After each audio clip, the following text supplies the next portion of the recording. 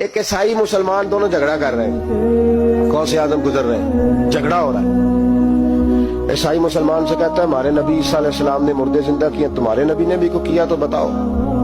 مسلمان پڑھا ہوا نہیں تھا، حالانکہ نبی پاک نے بڑے مردے زندہ کیے، پڑھا نہیں تھا، بتا نہ سکا۔ غوث اعظم کے کان میں آواز گئی تو جا کے عیسائی کا بازو پکڑ کے جھنجھوڑا، فرمانے لگے کیا کہا تم نے؟ میرے مصطفیٰ نے مردہ زندہ کیا تو بتاؤں؟ فرمایا تو نبی پاک کی چھوڑ، میں غلاموں کا غلام ہوں، میں غلاموں کا غلام ہوں، مجھے بتا کون سا مردہ زندہ کرنا۔ تو چھوڑ حضور کی بات نہ کر، میں غلاموں کا غلام ہوں، مجھے بتا کون سا مردہ زندہ کرنا ہے۔ پرانی قبر پہ لے گیا، کہنے لگا جی اگر نہ ہوا تو؟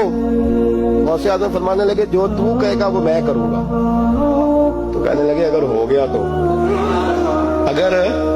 تو غوث اعظم کہنے لگے نہ میرے خانقاہ پہ جھاڑو دینا، نہ میرے برتن مانجنا، نہ میرے گھر کا سودا لانا، اگر زندہ ہو گیا تو بس میرے نبی کا کلمہ پڑھ جانا، بس میرے رسول کا کلمہ پڑھ جانا۔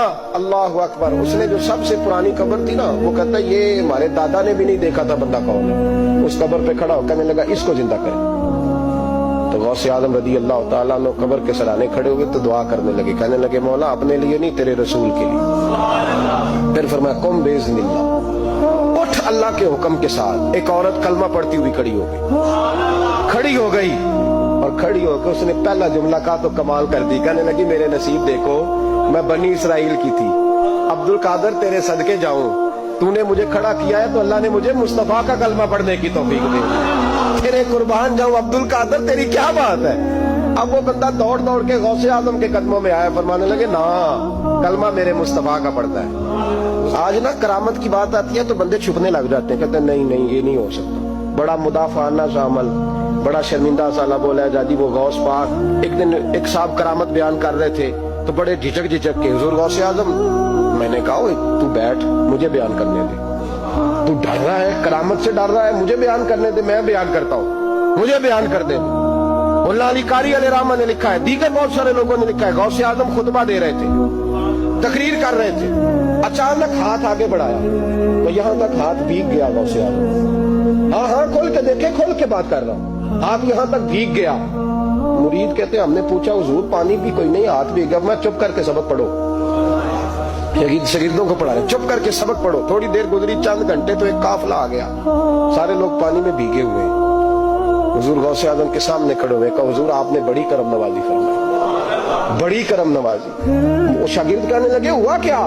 تو وہ لوگ کہنے لگے کشتی میں بیٹھے تھے تو کشتی ڈوبنے لگی، ہم نے کہا یا شیخ عبد القادر جیلانی، خدا کے فضل سے ہم پر ہے سایہ غوث اعظم کا، ہمیں دونوں جہاں میں ہے سہارا غوث اعظم کا۔ کہتے ہیں حضور غوث اعظم نے وہاں بیٹھے ہاتھ لگایا اور ڈوبتی کشتی کو باہر نکال لیا، اور ڈرنے لگے، کہنے لگے جناب یہ کرامت لوگ نہیں مانیں گے۔ تو میں کہا جنہیں نہیں مننا نہ منے، ان کے کانوں کے نا پیچھے خارش ہوتی ہے جب اس طرح کی ولیوں کی بات بتائی جائے۔ وہ تو حضور غوث اعظم کی بات نہیں مان رہا، پڑھ نہ سورہ نمل پڑھ۔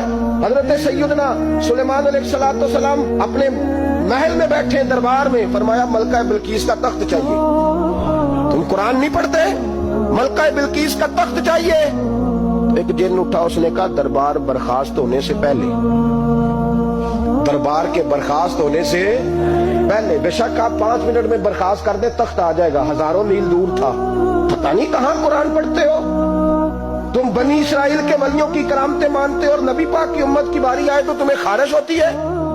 شرمندہ سا لب و لہجہ، ہمارا لب و لہجہ شرمندہ نہیں، اس لیے کہ ہم تو جیتے اور زندہ ہی ولیوں کے نام کی برکت سے، ہمارے لب و لہجے میں تمہیں شرمندگی نہیں ملے گی۔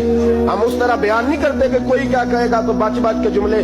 حضرت سلیمان سے کہا آپ کا دربار برخاست ہونے سے پہلے، آپ نے فرمایا نہیں بھائی اس سے بھی پہلے چاہیے۔ ایک اٹھا، عندہ علم من الکتاب، جس کے پاس کتاب میں سے کچھ علم تھا، پورا علم نہیں تھا اس کے پاس، کتاب میں سے۔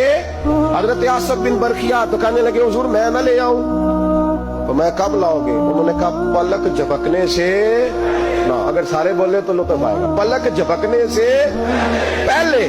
آپ نے فرمایا چل لا کے دکھا۔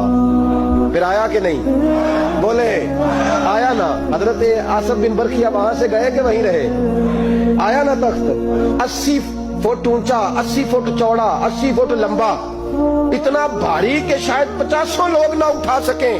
وہ آیا سامنے رکھا تو حضرت سلیمان کہنے لگے یہ کیا ہے؟ تو جناب آصف بن برخیہ کہنے لگے ھذا من فضل ربی، یہ میرے رب کا، اور جن پر نرا فضل ہے ان کی یہ شان ہے جن کو اللہ کے وبشر المؤمنین بان لهم من اللہ فضلا کبیرا، محبوب اپنے غلاموں کو خوشخبری دے دے کہ تیرے غلاموں پر میرا بڑا فضل ہے، فضل نہیں فضل کبیر ہے۔ تو جن پر نرا فضل ہو وہ تو بغیر جائے تخت لے آئے، اور جن پر فضل کبیر ہو وہ ڈوبتے ہوئے مرید کو ہاتھ ڈال کے بچا نہیں سکتے، وہ نہیں بچا سکتے۔ ڈر ڈر کے کیوں بات کرتے ہو؟ کھول کے کو خدا کے فضل سے ہم پر ہے سایہ غوث اعظم کا، ہمیں دونوں جہاں میں ہے سہارا غوث اعظم۔ حضور غوث پاک واز کرتے، نصیحت کرتے، اور چونکہ نہ شہرت کے لیے، نہ مال کے لیے، نہ نوٹوں کے لیے، اس لیے غوث اعظم جب تقریر کرتے نا، ایک دن بغداد میں بارش شروع ہو گئی، خطاب ہو رہا تھا، لوگ بکھرنے لگے تو دو جملے غوث پاک کے، کہنے لگے یا اللہ تو دلوں کے بھید جانتا ہے،